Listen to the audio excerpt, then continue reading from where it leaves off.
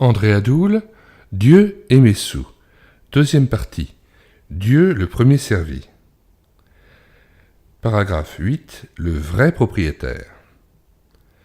Nous n'avons rien à porter dans ce monde, comme il est évident que nous ne pouvons rien emporter. 1 Timothée 6, verset 7. Notre appartement vibre de babil joyeux, car nos petits-enfants sont venus nous rendre visite. Pour calmer leur exubérance, je distribue en abondance du papier, les petits savent en consommer, et confie une boîte de crayons de couleur à la plus grande avec mission d'en faire bénéficier ses jeunes frères. Les chaises sont tirées et chacun s'installe bruyamment autour de la table dans la joie. Hélas, elle ne dure guère. Une brusque explosion de cris m'oblige à les rejoindre. Le spectacle en dit long. Les deux garçons tirent les manches de leur grande sœur, laquelle, couchée sur la boîte de crayons, défend âprement ses couleurs, tel un chien qui veut sauver son os. « Prête-moi un rouge, passe-moi donc un vert. Ils ne sont pas à toi. » Et la sœur de s'obstiner. « Ces crayons ne sont pas pour vous, on me les a donnés pour moi. » Mademoiselle ose parler en propriétaire alors que ces crayons m'appartiennent, mon désir étant que les trois puissent en user à volonté. Je tente d'intervenir, mais les cris redoublent. Et parce que personne ne veut céder, à regret, je dois confisquer ce qui aurait pu être un instrument de paix et de distraction pour tous. C'est dommage. Cette histoire banale, quels parents ne l'ont vécue, me rappelle une parabole de Jésus fort étrange et dont le sens échappe à beaucoup de chrétiens. En effet, dans l'Évangile selon Luc, au chapitre 16, le Sauveur donne en exemple un homme qui est loin d'être exemplaire. C'est un escroc. Il vilipende à son profit le bien d'autrui et use en propriétaire d'une fortune dont il n'est que le gérant. Découvert, destitué de son emploi, ce filou, en homme réaliste, songe à préparer son avenir. Il rend visite aux débiteurs de son maître et, pour gagner leur faveur, réduit généreusement leurs dettes. La sympathie de ces gens-là lui sera précieuse à l'heure de la misère. Chose étrange, l'intendant opère au vu et au su de son patron, et celui-ci trouve bon de le féliciter. Inouï. Cet escroc peut-il donc nous être donné en exemple? Peut-on tirer un enseignement valable d'une conduite si éloignée de la ligne évangélique? Sans aucun doute, puisque Jésus, l'auteur de la parabole, se permet d'en tirer un.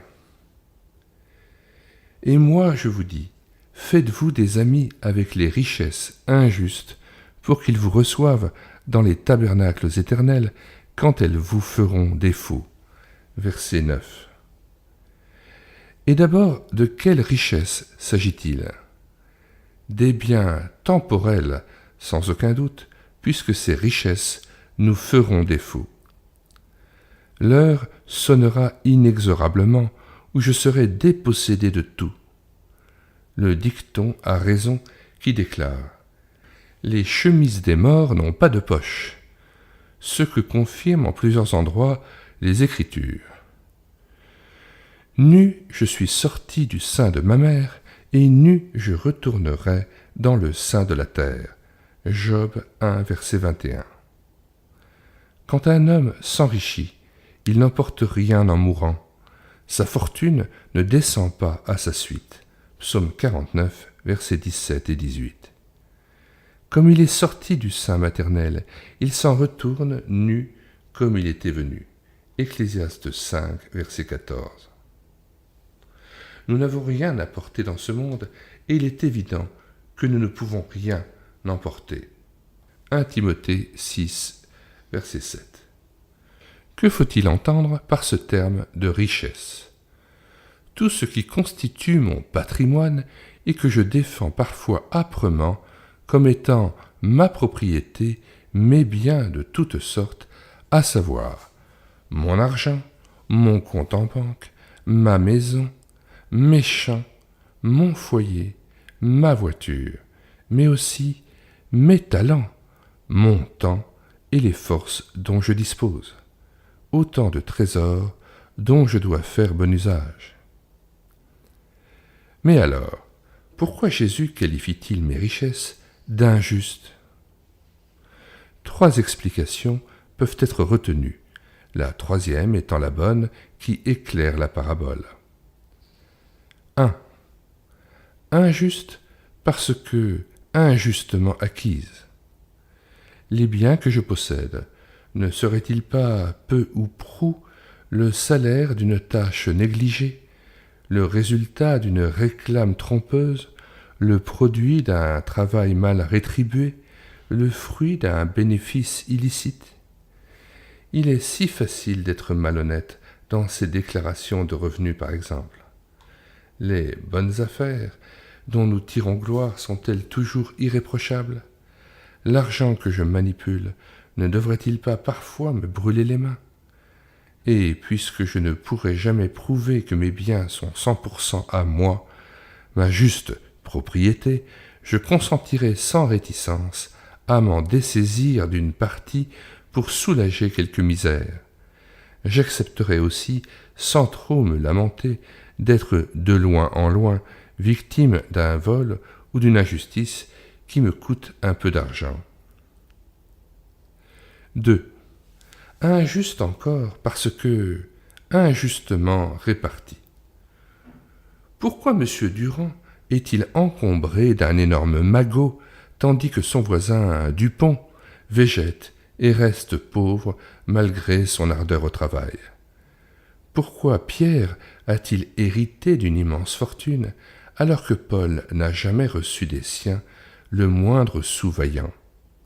Oui, pourquoi? Quoi qu'il en soit, si le sort me favorise, j'œuvrerai pour une meilleure répartition des richesses en me montrant généreux à l'endroit des déshérités de ce monde. Et si ma bourse est désespérément plate, je me soumettrai à Dieu qui a fait le pauvre et le riche. Proverbe 22, verset 2, sans porter envie à l'opulence. Nous lisons Proverbe 22, verset 2. Le riche et le pauvre se rencontrent. C'est l'Éternel qui les a fait l'un et l'autre. 3. Injuste surtout parce que injustement possédé. Là est la bonne explication. En effet, ces biens que je déclare miens, entre guillemets, en réalité, ne sont pas à moi, mais à Dieu. À l'instar de l'économe infidèle, c'est-à-dire à l'exemple de l'économe infidèle, je dispose de ces richesses comme si elles m'appartenaient réellement. Sans m'en douter, mais cela n'excuse nullement ma faute, je vilipende ou thésaurise la propriété de mon Seigneur pour la satisfaction de mes désirs. Et vilipender signifie traiter quelqu'un, quelque chose avec beaucoup de mépris.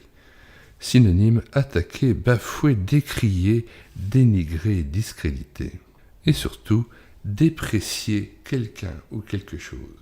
Sans m'en douter, mais cela n'excuse nullement ma faute, je vilipende ou thésaurise la propriété de mon Seigneur pour la satisfaction de mes désirs, et sans me préoccuper de savoir si le divin propriétaire approuve ma façon de gérer ses biens.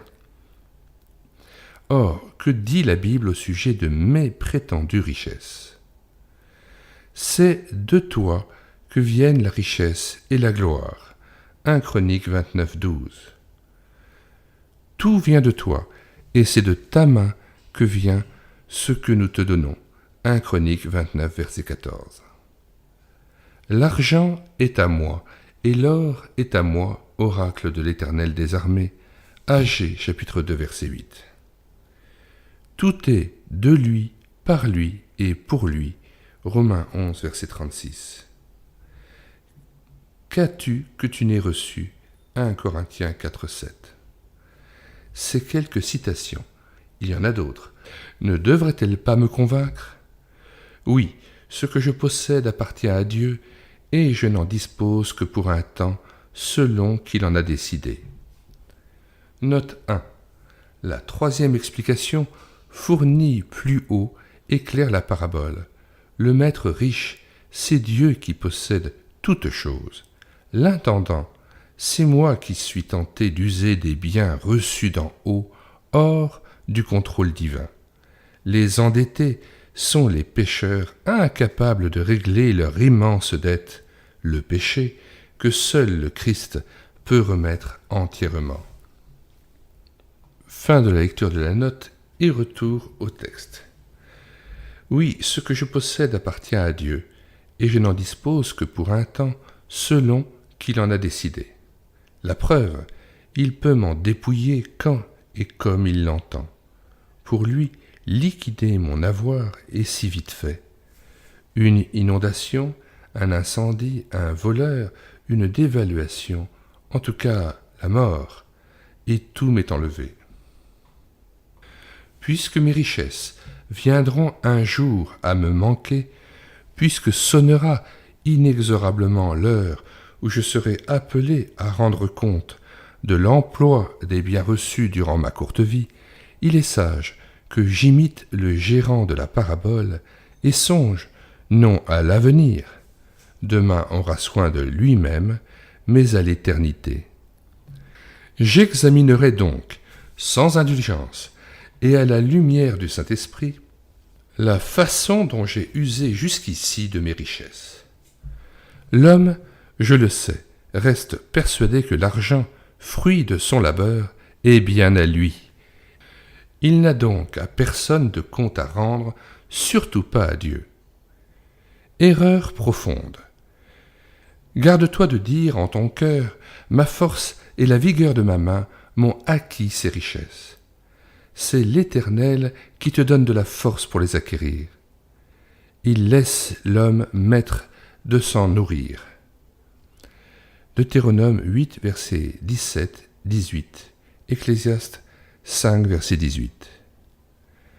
Sans l'énergie que Dieu communique, sans les compétences qu'il accorde pour mener à bien une tâche, sans les conditions atmosphériques, par exemple, qui favorisent la récolte ou permettent le succès d'une entreprise, personne ne pourrait rien acquérir. Je dois me convaincre que tout ce que je possède est donc gratuit de Dieu, même si je l'ai acquis à la sueur de mon front.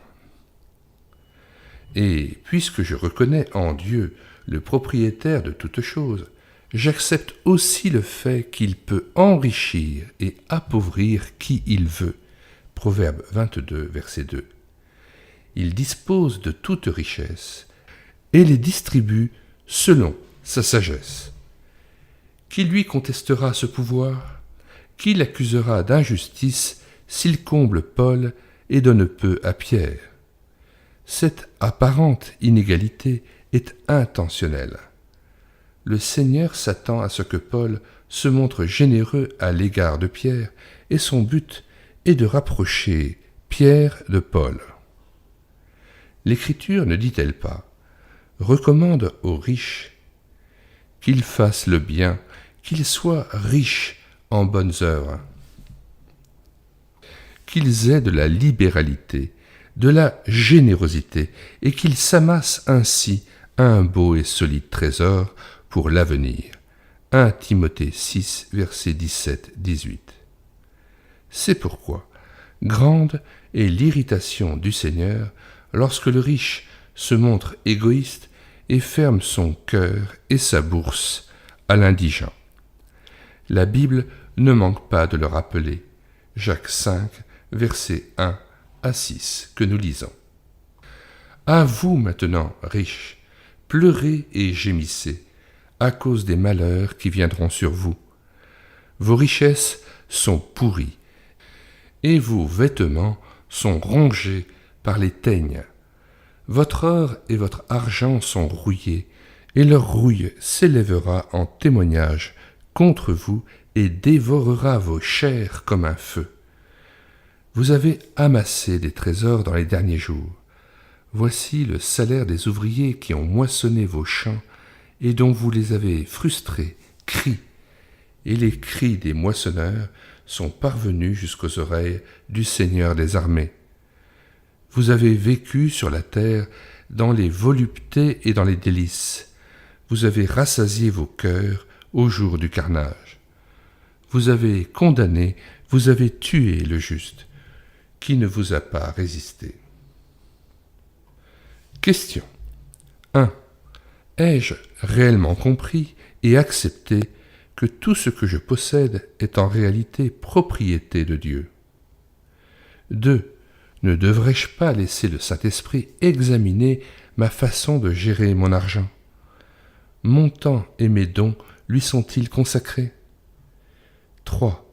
Ne devrais-je pas m'humilier d'avoir si longtemps gaspillé ou thésaurisé inutilement des biens qui ne m'appartiennent pas vraiment?